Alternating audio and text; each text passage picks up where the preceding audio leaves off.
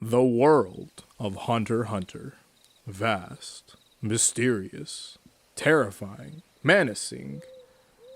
We're gonna put Jotaro in it. Yeah. Jotaro Kujo is considered to be one of the strongest characters in JoJo's Bizarre Adventure. With the combination of his intelligence, quick action in tough situations, immense strength and speed, and the ability to stop time, Jotaro is a lethal threat. But how well does Jotaro compare to the Hunter world? But before we do, if you are a reoccurring viewer to the channel, feel free to subscribe. Now, Jotaro... Wait, hold on. There you go. Jotaro here is in an environment completely different to the stuff that he was dealing with before.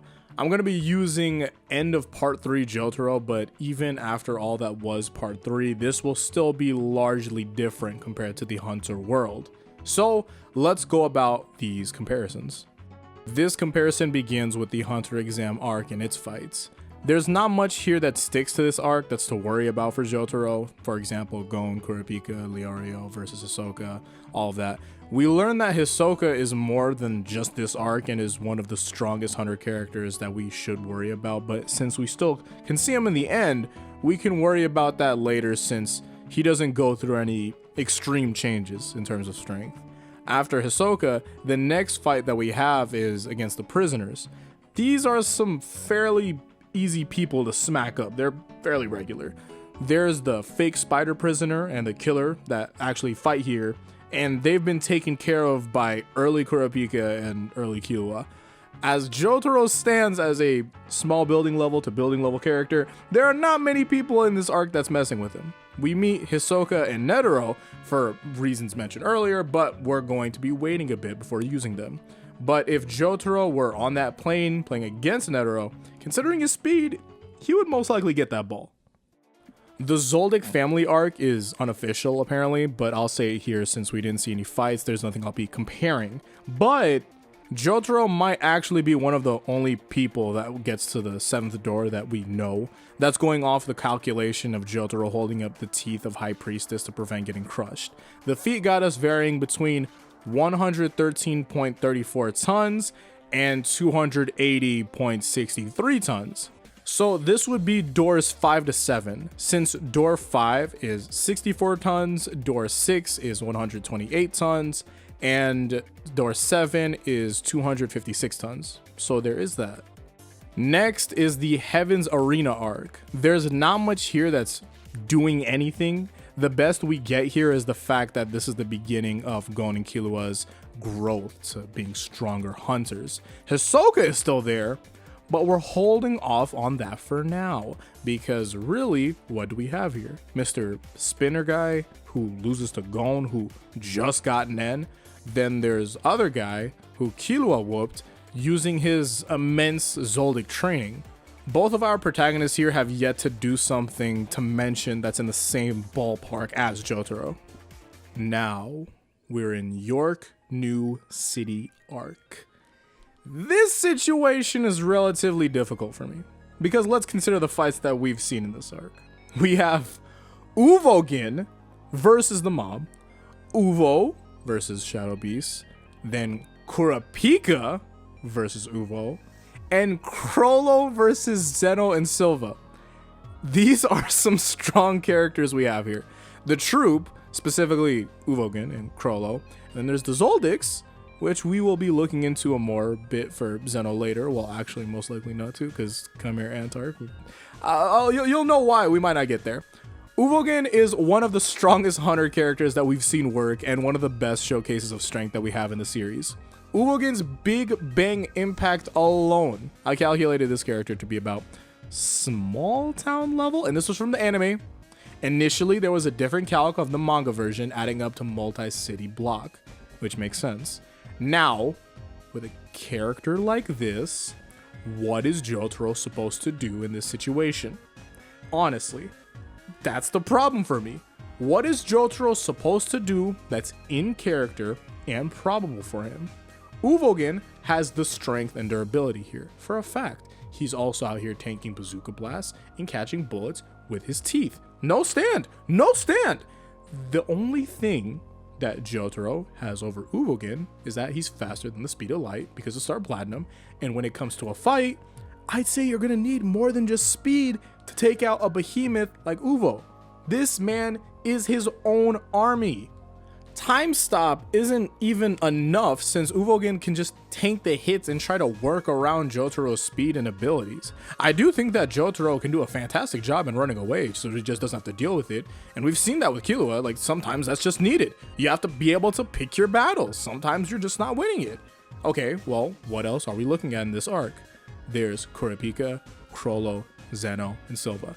Well, Kurapika had been taking hits reasonably well throughout the fight, especially when he had taken a full power Big Bang impact to the arm.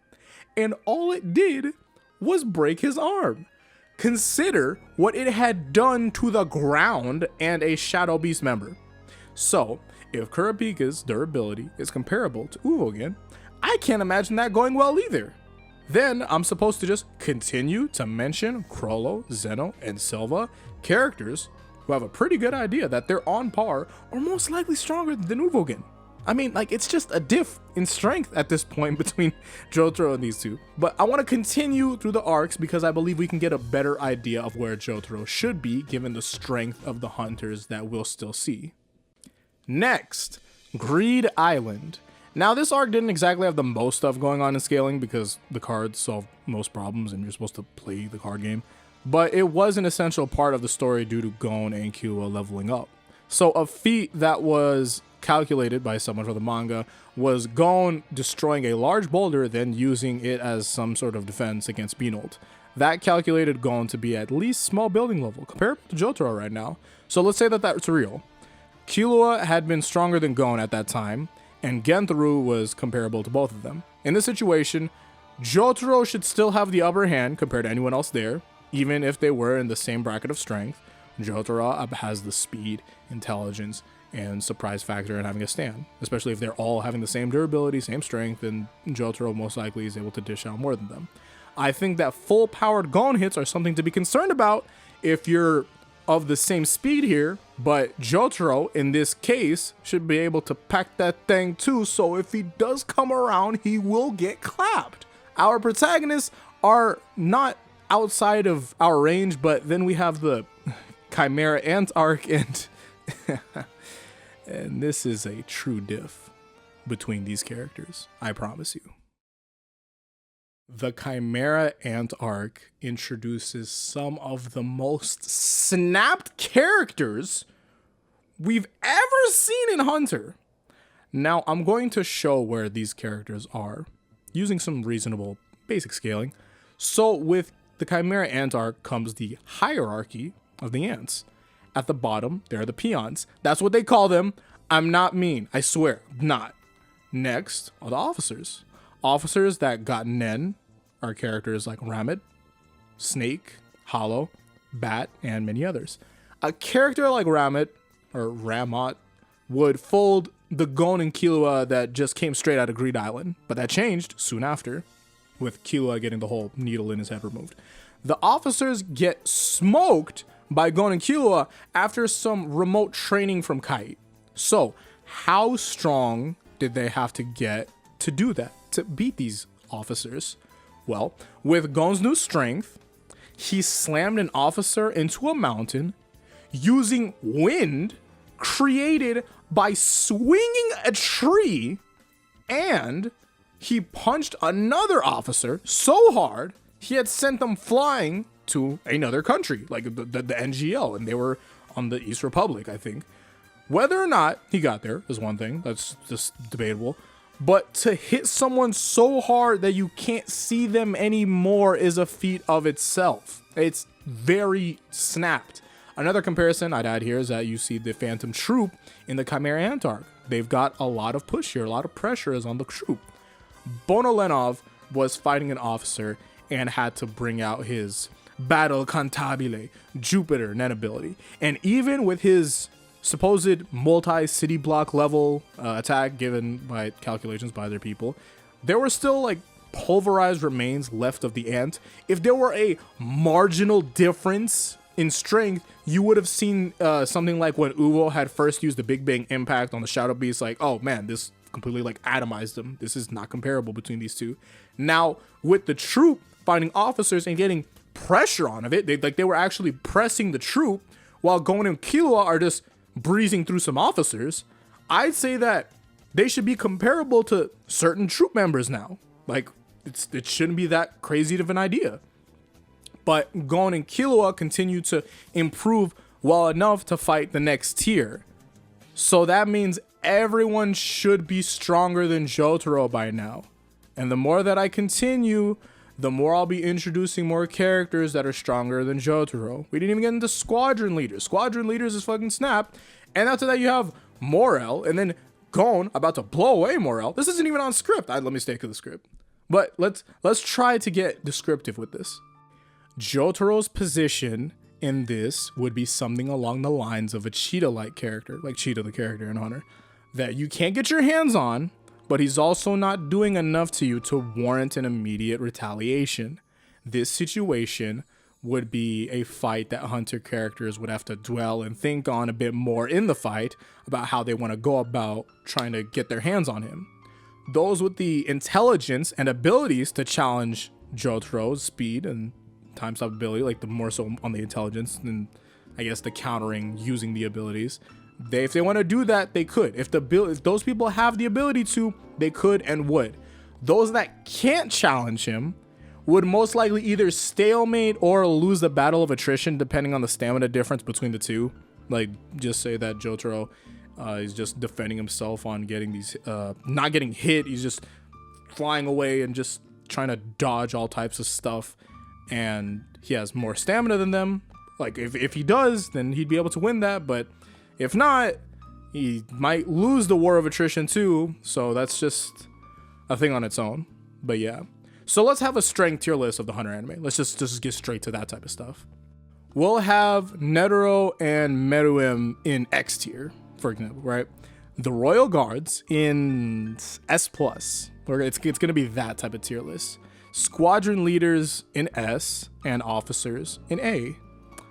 If that's where we are in positions, then I would say that Jotaro could find himself being a B tier character in terms of strength, but in A to S tier in terms of speed and ability, which would, I guess that would just average out somewhere around like A- or something like that.